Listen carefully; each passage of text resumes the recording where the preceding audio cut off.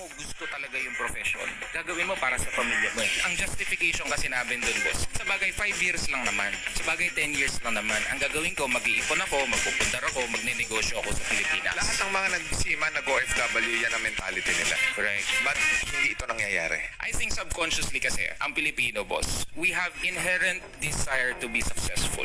Ang problem nga lang kasi, boss, pag dinefine mo what does success mean, yung visual, Yes. ang naiisip, boss, bahay, Kotse. ang naiisip, kotse. So once you get that taste of money, you will try to make that vision a reality. Pinagtataka ko, boss, bibili ka ng kotse, hindi mo naman madrive.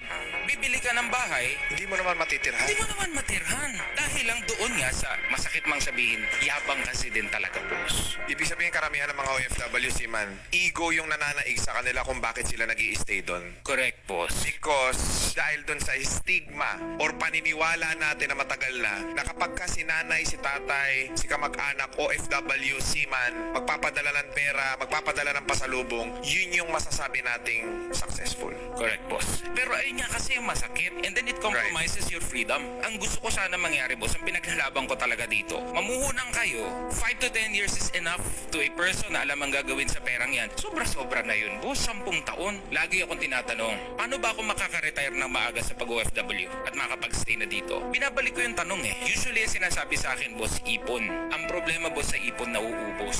You need to find another source of livelihood. Nakikita kayo dito. Ayun talaga yung sagot. And most of them are thinking na ipon and eventually uuwi sila sa bayan natin, yung naipon nila, yun ang ininegosyo nila. Usually ang nangyayari, dahil hindi financially literate karamihan ng mga kababayan nating Pilipino, yung pinapadalhan dito, imbis na ipunin, winawaldas. Do you think kotse na hindi mo madadrive, asset or liability? Liability, boss. Bahay na hindi mo matitirhan, asset or liability? Liability din, boss.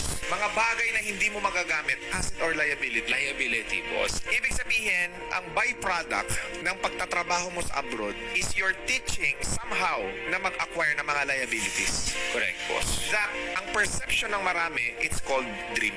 Correct.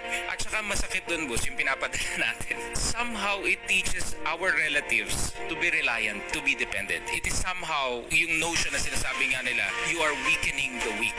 Feeling nila, boss, kasi napakayaman na namin eh. Ayun yung nangyayari. You're feeding those relatives, mga kaibigan mo na pinapadala mo dito, pinapakain mo sila ng comfort zone. And that's the reason why hindi sila nagsusumikap sa buhay. And that's the reason why mostly na mga kababayan natin na may kamag-anak sa abroad, yung mga tao dito complacent, relax.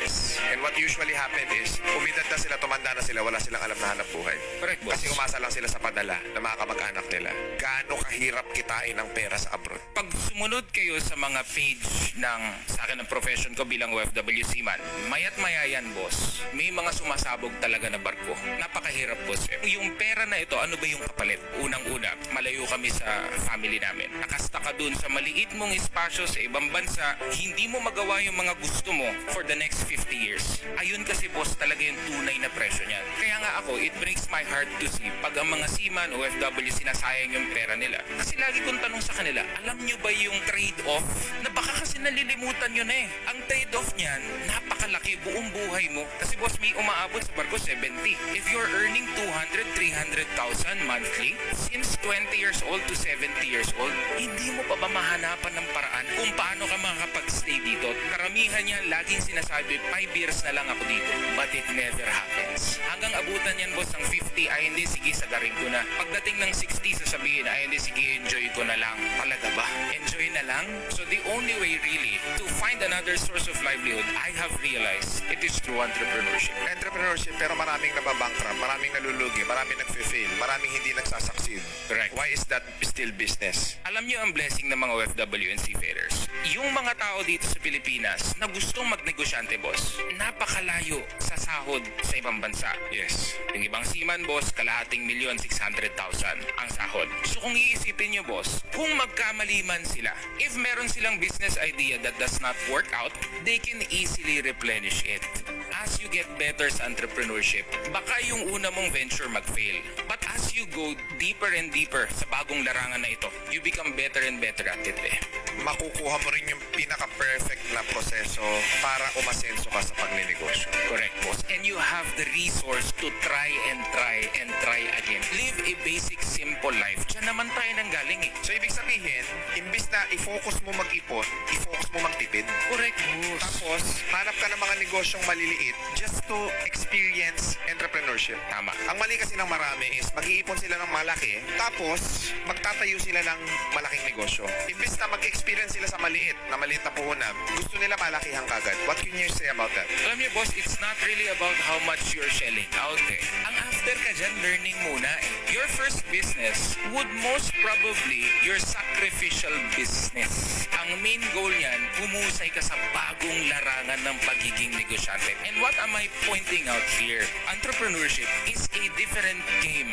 Your goal is to fit the job description. Ang dami nilang kailangan aralin, boss. Yes, operational, finance, production, marketing, sales. Correct, boss. Ang problema sa marami kasing kababayan natin or Pilipino, in general, papasok tayo sa negosyo thinking na alam natin lahat. Yes. And we have this principle na swerte-swertihan lang, susubukan nila. And wala silang focus sa learning na sa tingin ko, boss, sa akin bilang OFW din naman, I was able to make the transition from somebody who is working outside of the country to here because I understood the gravity of the task. But ito yung redeeming factor naman, boss. We don't need to be as good as Henry C. Ang goal ko lang, makauwi. So ilang customer lang ang kailangan ko doon. You don't need 100% market share. You just need to be good enough to earn as much as you're earning. If they can live the value of simplicity and focus on growing their livelihood here, 2-3 taon lang, that's enough. Marami kasing mga kababayan nating OFW, mga seaman, or yung mga nag-uumpisang magnegosyo, ang mali kasing connotation ng marami when we say business, time freedom, financial freedom, na ang connotation ng marami pagdating sa business owners, may bagong sasakyan, may bahay, may maraming tinatangkilik na material na bagay sa mundo. Pero gusto kong ipakita sa inyo ang tunay na mukha ng pagiging negosyante. Iiyak ka dyan. Kung dati kumikita ka sa pagiging OFW na 50 mil, maaaring yung unang business venture mo, yung lahat ng ipon mo side-side, magkakautang ka pa, yun ang mangyayari sa'yo. Magsasakripisyo ka dyan. Tetestingin yan yung personality mo, kung ano ba talaga yung capabilities mo. But at the end of the day, after 2 years, after 3 years, or maybe less than that, masasabi mo sa sarili mo na kasama ko yung anak ko, na hindi ko man maibigay lahat ng material na bagay sa buhay sa kanya, sa mundong ibabaw, mas mahalaga yon. Correct, boss. And there will come a time na mamamaster mo yung proseso na masasabi mo sa sarili mo na lahat ng mga nakikita mo ng mata mo, lahat ng naabot mo sa buhay, lahat ng laman ng bank account mo dahil sa naging journey mo sa pagiging negosyante. Because data and record will show us na the only platform for you to become very successful financially is business. Correct. Not being an OFW, not being a seaman. Kasi yung kinikita nyo dyan, 500, 600,000, mayayabang lang kayo pero barya lang yan sa mga negosyante. Correct, boss. Kaya nga sinasabi ko, boss, ba't kayo natatakot na yung mga position natin, for example, waiter, officer, bakit kayo natatakot na tanggalin yung waiter na yan, tanggalin yung officer na yan, at palitan ng CEO?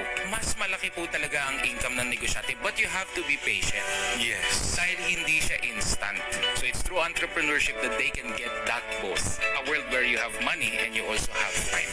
Before you become an OFW and a seaman, you actually enrolled in a university, probably in a training center, Yes, boss. and you garnered knowledge, skills Correct. sa loob ng ilang taon para maging OFW. Same goes with business. Tama. What